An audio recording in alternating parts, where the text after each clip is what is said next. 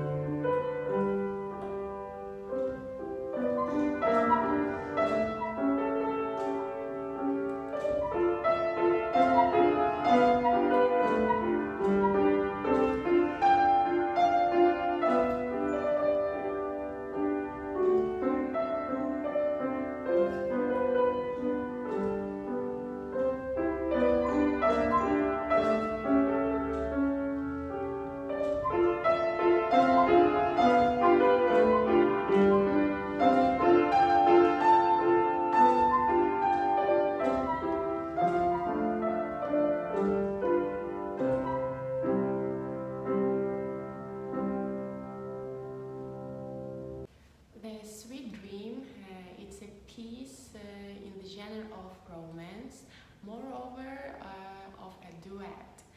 This piece conveys a dreamy, tender state of mind, and composer very seldom choose expressive means. The triple meter, 1, 2, 3, 1, 2, 3, 1, 2, 3, and so on. Also rests between chords in the left hand.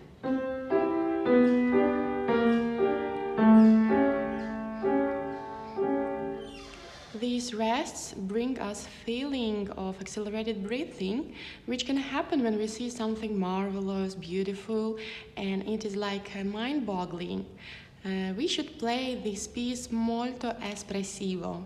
The form of this piece is simple 3-part reprise form, where part 3 precisely repeat first part A. So it will be A, B, A.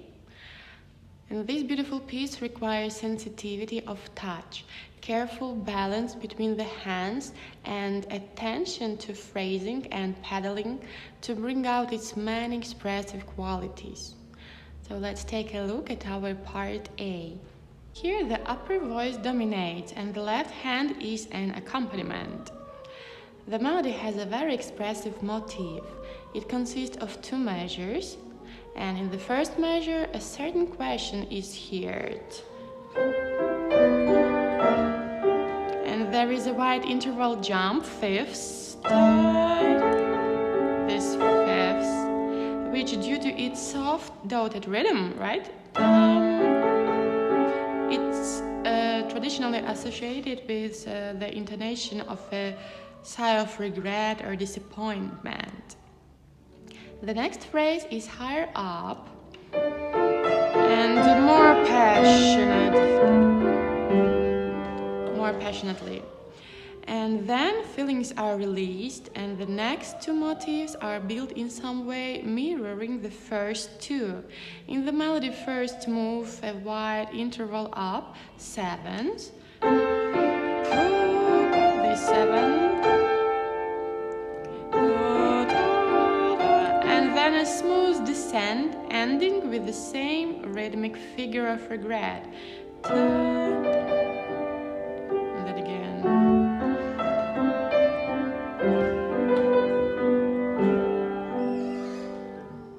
Let's start with parceling of the voices. It's very important. And we're gonna start with the right hand and phrase it nicely. Phrase this beautiful legato melody. And also I would say elevate your dynamic.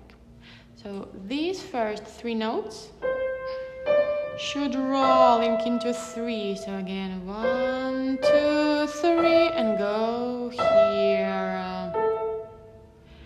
And what's tricky about this second measure? We should observe the dotted 8 and 16ths. So don't rush, listen, and then play. It becomes more like a 30-second note. So again, da, da, da, da, da. Then second motif, da, da, da, da. So again, accent, seed weight, and then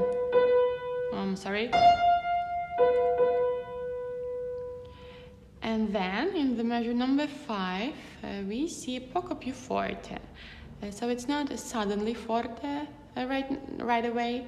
And we want to go a little under the forte on A, and then deeper on G, and little lighter on F.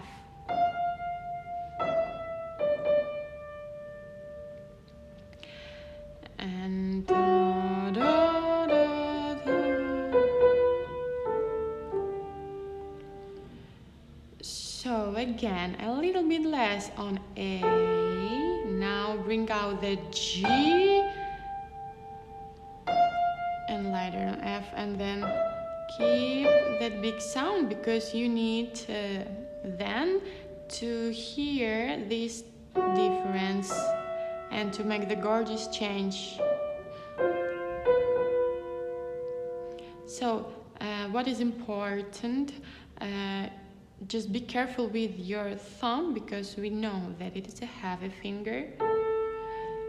So you see how I come into my thumb, wrist driving this up. My thumb is led by my arm.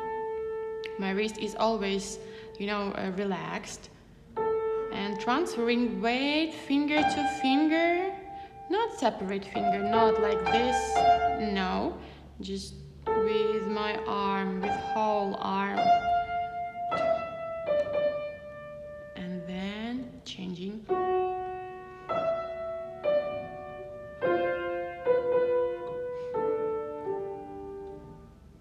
So now let's take a look at our left hand, and this is where the color magically happens.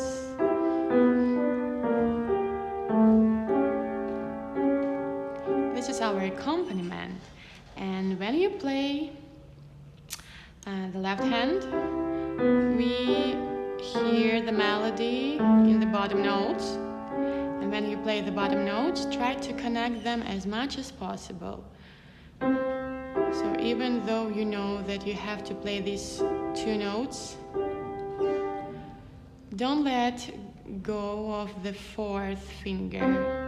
Hold it.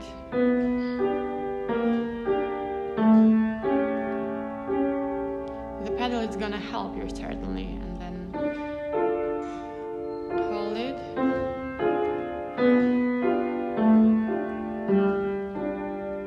So how are we gonna play our pedal?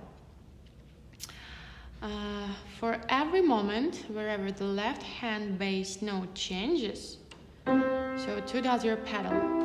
So change, change, change, change, change, change, and so on. So the bottom voice connects. You can learn it without middles, without these two notes, just to play the bottom notes. 2,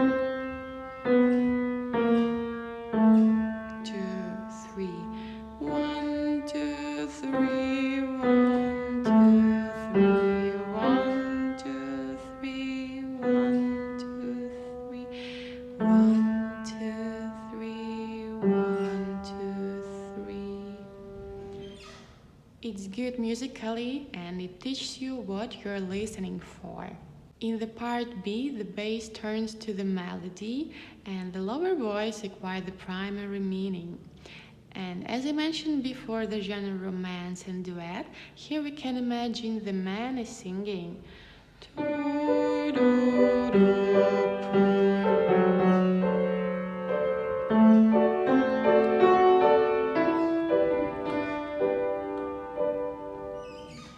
Here the melody also has a very expressive motif and consists of two measures. Da, da, da, comes here. So we have the same tasks that we had with our right hand in the part A.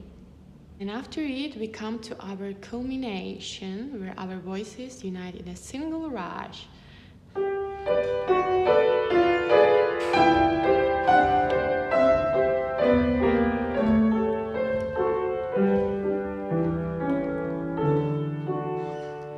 And here, as in a true opera duet, the bright light timbre of the soprano like overlaps the sound of the bass voice.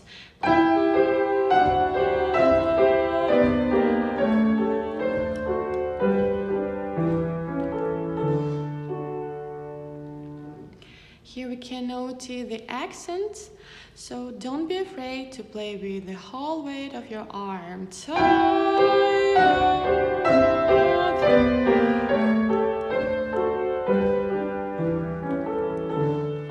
You can try to play without middle two notes, just like that.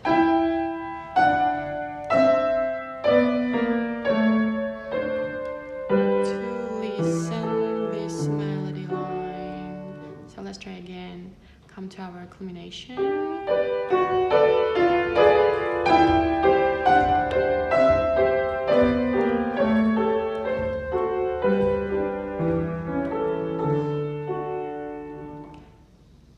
And gradually the passionate impulse passes and the music in the reprise returns to its original dreamy mood.